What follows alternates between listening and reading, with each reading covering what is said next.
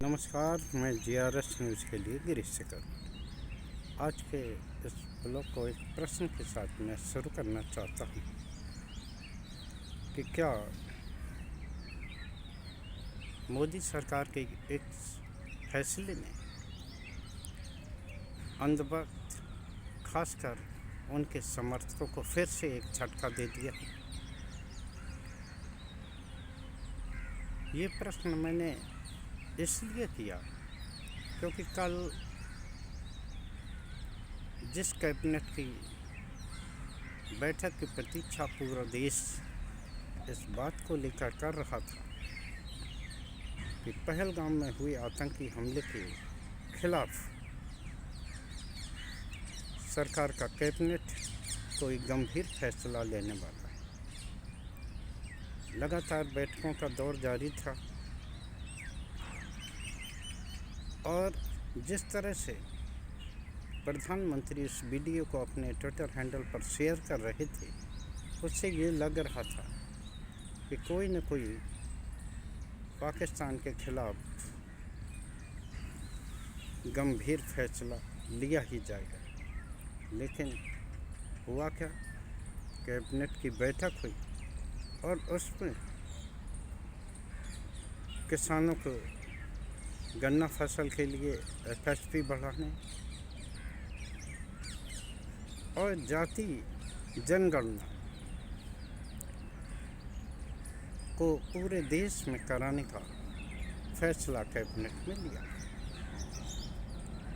जाति जनगणना एक ऐसा मुद्दा है जिसको लेकर न सिर्फ भारतीय जनता पार्टी बल्कि राष्ट्रीय स्वयंसेवक संघ भी इसकी आलोचना करते रहे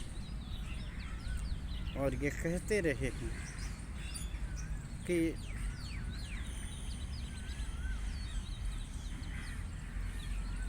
जाति जनगणना के आड़ में विपक्ष खासकर कांग्रेस हिंदू समाज में विभाजन कराना चाहती है। राहुल गांधी ने सदन में कई बार इस मुद्दे पर चर्चा की, यहाँ तक कि चुनावी अभियान में भी वो संविधान और जाति जनगणना को लेकर अपना पक्ष रखते रहे। यहाँ तक कि जो उनके विदेशों में भी दौरे हुए, उस समय भी उन्होंने अपने इंटरव्यू में जाति जनगणना के संबंध में बात की। आखिर क्या हो गया कि आतंकी देश के पोषक पाकिस्तान को कड़ा संदेश देने के बजाय प्रधानमंत्री मोदी राजनीतिक संदेश देने में की दिशा में आगे बढ़े। आप सभी लोग जानते हैं कि बिहार में चुनाव भले ही कितना ही विकास कार्य किया हो, लेकिन आप सभी लोग जानते हैं कि बिहार में जाति गठबंधन जाति फैक्टर ही काम करता है। कितना भी काम आपने किया हो, लेकिन उस पे कभी भी आपको लाभ मिलने वाला। तो क्या ये कवायद बिहार चुनाव को जीतने के लिए की गई? ऐसा ही लगता है। जब प्रधानमंत्री पहलगाम हमले के बाद सऊदी अरब का अपना दौरा छोड़कर देश में आए थे, तो ऐसा लग रहा था, सभी देशवासियों को उम्मीद थी कि वो कोई न कोई कड़ा निर्णय लेंगे। लेकिन वो बिहार में रैली करने के लिए चले। वहाँ की रैली में भी उन्होंने इंग्लिश में आतंकवाद के पोषक पाकिस्तान, हालांकि उन्होंने पाकिस्तान का नाम नहीं लिया, और आतंकियों को ज़मीन में दफन करने की चेतावनी। तब से लगातार बैठकों का दौर जारी है। देश ये भी सोच रहा था कि कश्मीर जहां घटना हुई है वहां प्रधानमंत्री जरूर जाएं, लेकिन बहुत दुर्भाग्य है प्रधानमंत्री वहां भी नहीं गए। कल अचानक कैबिनेट में इस तरह का फैसला ले लिया गया जो कि न सिर्फ उनके समर्थकों को असहज करने वाला है। वैसे प्रधानमंत्री मोदी ऐसे असहज फैसले लेने के लिए जाने जाते रहे। आप सभी लोगों को ध्यान होगा किस प्रकार वो किसानों के कृषि विरोधी कानून लेकर आए थे और बाद में चुनावी हार जीत के मद्देनज़र उन्होंने उस अपने ही कानून को वापस ले लिया।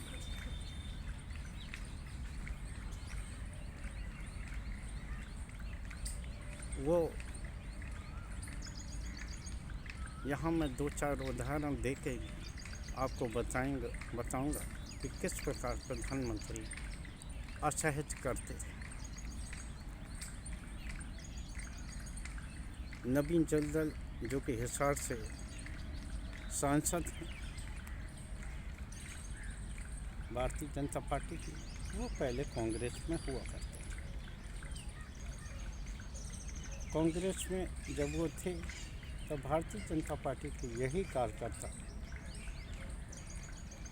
और भारतीय जनता पार्टी के नेता उन्हें कोयला चोर की संज्ञा देते थे।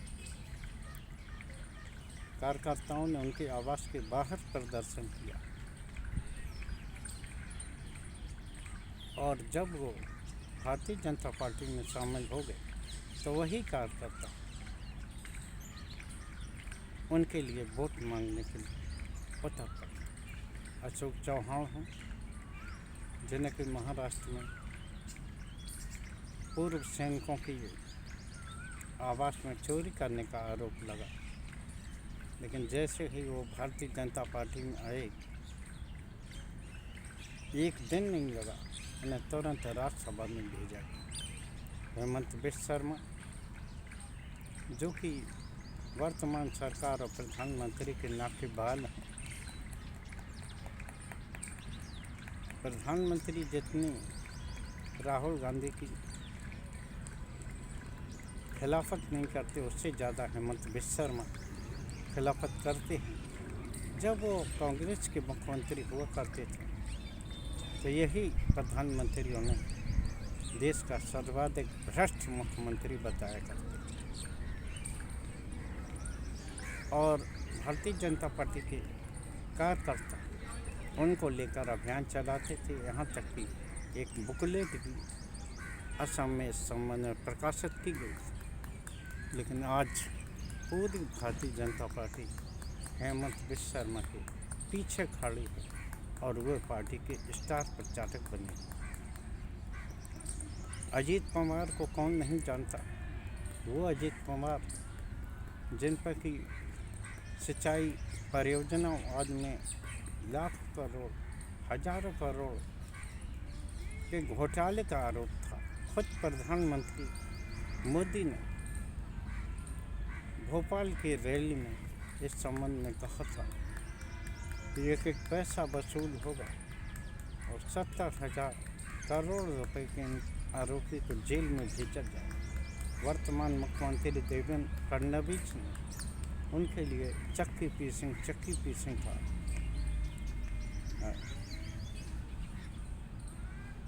जुमला उछाला था। लेकिन वही अजीत पवार जो भारतीय जनता पार्टी में शामिल हुए तो उन्हें न सिर्फ उप मुख्यमंत्री बनाया गया बल्कि प्रदेश के खजाने की चाबी भी उन्हें सौंप दी, यानी कि वो वित्त मंत्री भी। अब वो जाति जनगणना जिसको कि अपनी चुनावी रैलियों में प्रधानमंत्री ने बार बार कहा कि कांग्रेस जाति जनगणना करके हिंदुओं विभाजन करा के एक पाप कर रही है। अब चूँ खुद प्रधानमंत्री की कैबिनेट में इस तरह का प्रस्ताव पास हुआ है, तो क्या ये माना जाए कि प्रधानमंत्री भी अब उस पाप की बैतरणी में तैरने को तैयार हैं? और वो राष्ट्रीय स्वयंसेवक संघ के लोग या भारतीय जनता पार्टी के प्रवक्ता जो ये कहते थे कि हिंदुओं को विभाजित करने का षड्यंत्र चल रहा है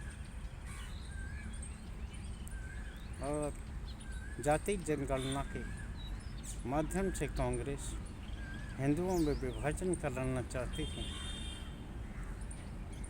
कल जिस तरह से कैबिनेट में पास होते ही सरकार के मंत्री अश्विनी वैष्णव हो, शिवराज सिंह चौहान हो, अन्य सांसद विधायक हों, जिस तरह से जाति जनगणना का राग अलापने लगे हैं, वो ये दिखाने को पर्याप्त है कि किस प्रकार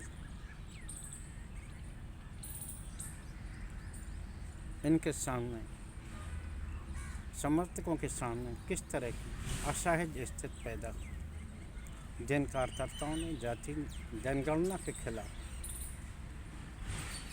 लगातार अभियान चलाया, कांग्रेस को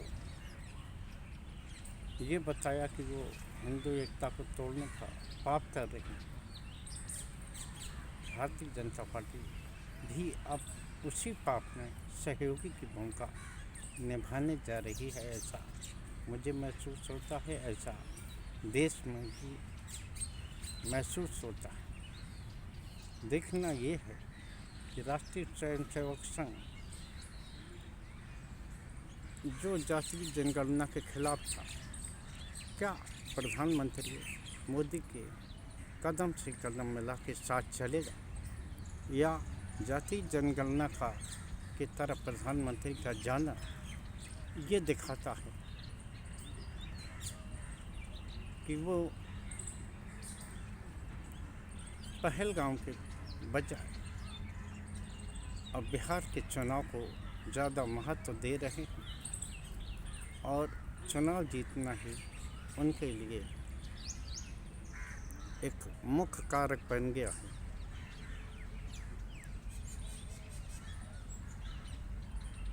अब चूँकि कैबिनेट ने ये फैसला ले लिया, हालांकि ये तय नहीं है कि ये जाति जनगणना आखिर होगी कब,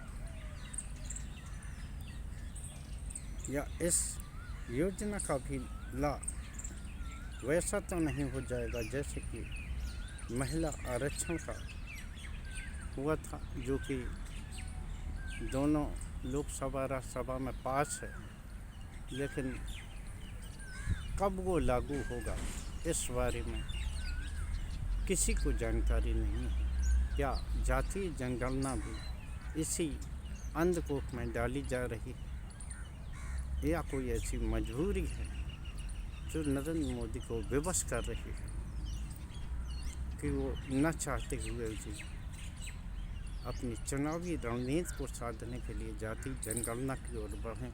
आज के ब्लॉग में बस इतना ही। जय हिंद, जय भारत। कल फिर किसी मुद्दे पर आपके समझ आने का प्रयास करूँ।